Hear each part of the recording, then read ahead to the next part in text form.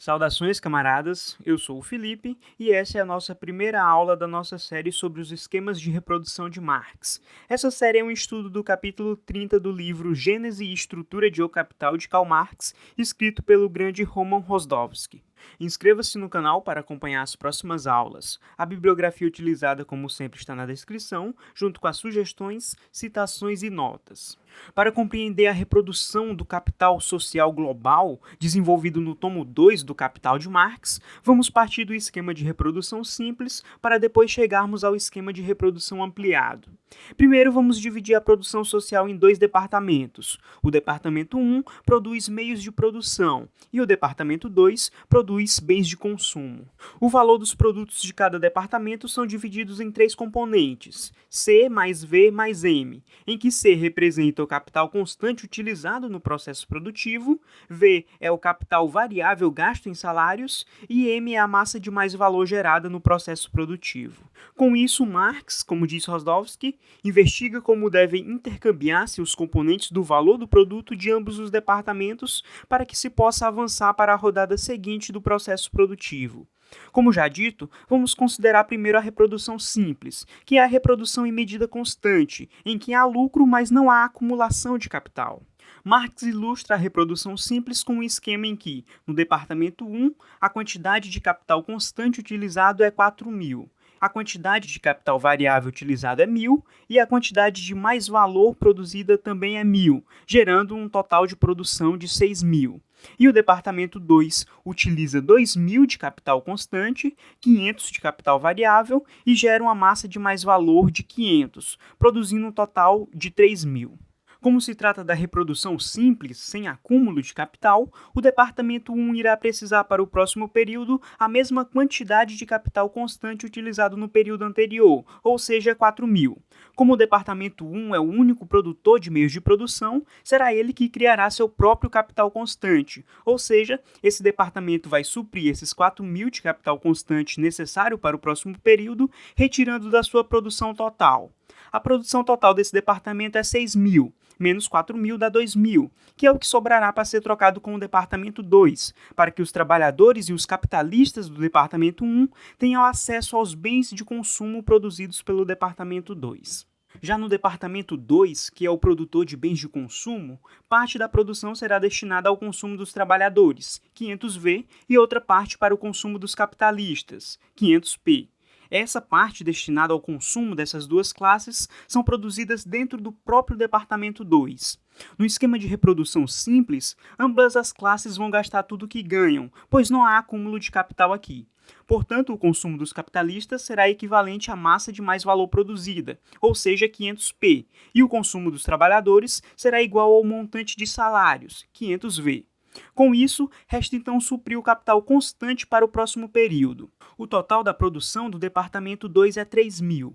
Tirando 500 do consumo dos capitalistas e os 500 do consumo dos trabalhadores, resta 2.000, que é exatamente o necessário para repor o capital constante para o próximo período. Esse valor será trocado com o departamento 1, que é o produtor de meios de produção, ou seja, o departamento 2 vai trocar um valor equivalente ao seu capital constante empregado, 2.000C, e o departamento 1 vai trocar o equivalente ao seu capital variável, 1.000V, mais a massa de mais-valor gerada nesse departamento, 1.000P. Perceba que o capital constante utilizado no departamento 2 deve ser igual à soma do capital variável mais a massa de mais-valor gerada no departamento 1. Com isso, podemos expressar a fórmula geral de equilíbrio da reprodução simples do capital social global, em que C2 é igual a V1 mais P1. Ou seja, o capital constante empregado no departamento 2 é igual ao montante do capital variável, os salários, no departamento 1, mais a massa de mais-valor gerado no processo produtivo do departamento 1. Entretanto, não podemos utilizar a fórmula da reprodução simples para entender a reprodução ampliada. Na reprodução ampliada, parte do mais-valor produzido é acumulado em vez de consumido pelos capitalistas, ou seja, é incorporada ao capital, constante e variável, de ambos os departamentos, como diz Rosdowski. Com isso, usando os termos do economista russo Nikolai Bukharin, teremos a fórmula geral dos esquemas de reprodução do capítulo 21 do livro 2 do Capital de Marx, em que C2 mais beta C2 é igual a V1 mais alfa 1 mais beta V1, sendo alfa a parte do mais-valor destinada a ser consumida pelos capitalistas, beta C é a parte do mais-valor destinado ao aumento do capital constante no próximo período produtivo e beta V é a parte do mais-valor destinado ao aumento do capital variável para o próximo período. Ou seja, temos que o capital constante utilizado no departamento 2 mais a parte do mais-valor destinado ao aumento do capital constante no próximo período produtivo do departamento 2 é igual ao capital variável usado no processo produtivo do departamento 1 mais a parte do mais-valor destinado ao consumo dos capitalistas do departamento 1 mais a parte do mais-valor destinado ao aumento do capital variável do departamento 1 para o próximo período produtivo. No capítulo 21 do livro 2 do Capital, Marx ilustra duas diferentes etapas do processo de acumulação do desenvolvimento capitalista. Vejamos a primeira tabela, em que Rosdowski expressa utilizando os símbolos de Bukharin e arredondando as frações utilizadas por Marx. Na primeira tabela, o departamento 1 tem proporção de 4 capital constante por 1 de variável, e o departamento 2 tem proporção de 2 capital constante por 1 de variável. Ou seja, os departamentos têm diferentes níveis de composição orgânica do capital.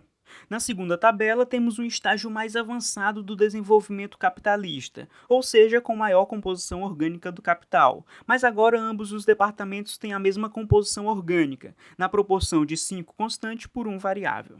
A economista Rosa Luxemburgo faz algumas críticas aos esquemas de reprodução de Marx. Sobre a primeira tabela, que representa uma economia capitalista menos desenvolvida, Rosa Luxemburgo argumenta que Marx só podia obter de forma clara as condições de acumulação do departamento 1, pagando um preço de uma construção totalmente arbitrária das proporções do departamento 2, que acumulava e consumia sem nenhuma regra visível, de forma errática, por saltos.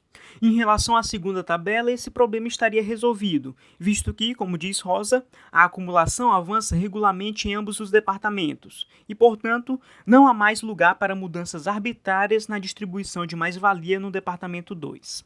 Entretanto, no caso da segunda tabela, Rosa afirma que a acumulação no departamento 2 é totalmente dependente e está totalmente dominada pela acumulação no departamento 1, de modo que o departamento 1 inicia e participa ativamente de todo o movimento de acumulação, enquanto o departamento 2 sofre esse movimento passivamente. A famosa economista pós-keynesiana John Robson vai discordar da crítica de Rosa Luxemburgo em relação à segunda tabela. John Robson mostra que a matemática é totalmente neutra em relação a ambos os departamentos e que o impulso para a acumulação pode vir tanto do departamento 2 quanto do departamento 1. Em relação à primeira tabela, Rosdowski argumenta que a acumulação não ocorre por saltos no departamento 2, como aponta Rosa Luxemburgo. Nas palavras do autor, com exceção do primeiro ano, vê-se que o departamento 1 dessa tabela acumula regularmente 50% e o departamento 2, 30% da mais-valia. Essa diferença da apropriação da massa de mais-valia entre os dois departamentos se dá por conta da diferença entre a composição orgânica do capital dos dois departamentos. Se a taxa de mais-valia for a mesma em ambos os departamentos e não se modificar no decorrer do processo de reprodução, a fórmula de equilíbrio da reprodução ampliada exige uma estrita correlação entre a taxa de acumulação e a composição orgânica do capital de ambos os departamentos, como diz o autor. Vamos supor que a composição orgânica do capital e a taxa de acumulação permaneçam as mesmas nos próximos períodos da produção. Com isso, a taxa de acumulação do departamento 1 e 2 deve manter uma proporcionalidade inversa às taxas de composição orgânica. Isso pode ser expresso matematicamente pela fórmula beta1 sobre P1 dividido para beta2 sobre P2 é igual a V2 sobre C2 mais V2 dividido para V1 sobre C1 mais V1. Sendo P1 o mais-valor gerado no processo produtivo do departamento 1, P2 o mais-valor gerado no departamento 2, beta1 é a parte do mais-valor destinado ao aumento do capital constante e do capital variável no próximo período produtivo do setor 1, e beta2 é a parte do mais-valor destinado ao aumento do capital constante e do capital variável no próximo período produtivo do setor 2. Beta1 sobre P1 é a taxa de acumulação do departamento 1. Beta 2 sobre P2 é a taxa de acumulação do departamento 2 e V2 sobre C2 mais V2 é a composição orgânica do capital do departamento 2, enquanto V1 sobre C1 mais V1 é a composição orgânica do departamento 1. Na primeira tabela, o departamento 1 tem taxa de acumulação de 50%, enquanto o departamento 2 tem taxa de acumulação de 30%. A composição orgânica do capital do departamento 2 era 1/3 e a composição orgânica do departamento 1 era 1/5. Portanto, 5 sobre 3 é igual a 1 sobre 3 dividido para 1 sobre 5. Essas são as condições de equilíbrio exigidas para a reprodução, como nos mostra a fórmula. Como explica Rosdowski, a confusão está em que, em ambas as tabelas, a acumulação do ano inicial não obedece à regra que governa a acumulação dos anos posteriores.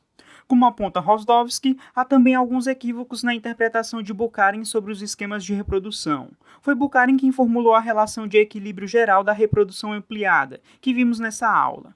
A partir da sua fórmula de equilíbrio, Bukharin deduziu outras duas fórmulas, como C2 é igual a V1 mais alfa 1, e beta V1 é igual a beta C2. Entretanto, essas duas fórmulas deduzidas por Bukharin só são válidas para o primeiro ano da tabela 1.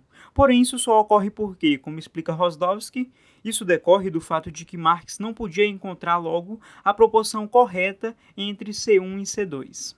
Com exceção do primeiro ano da tabela 1, em todos os outros anos temos que C2 é maior que V1 mais alfa 1 e beta C2 é maior que beta V1.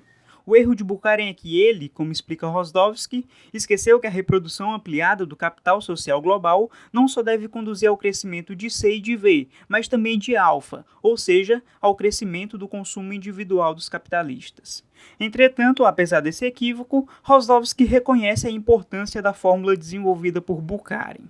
Nas palavras de Rosdowski, a fórmula de equilíbrio geral de Bukharin é muito útil, embora também ele, como a maior parte dos críticos de Rosa Luxemburgo, confunda a mera formulação do problema com sua solução. Com isso, encerramos por aqui a nossa primeira aula. Curta o vídeo, inscreva-se no canal e até a próxima.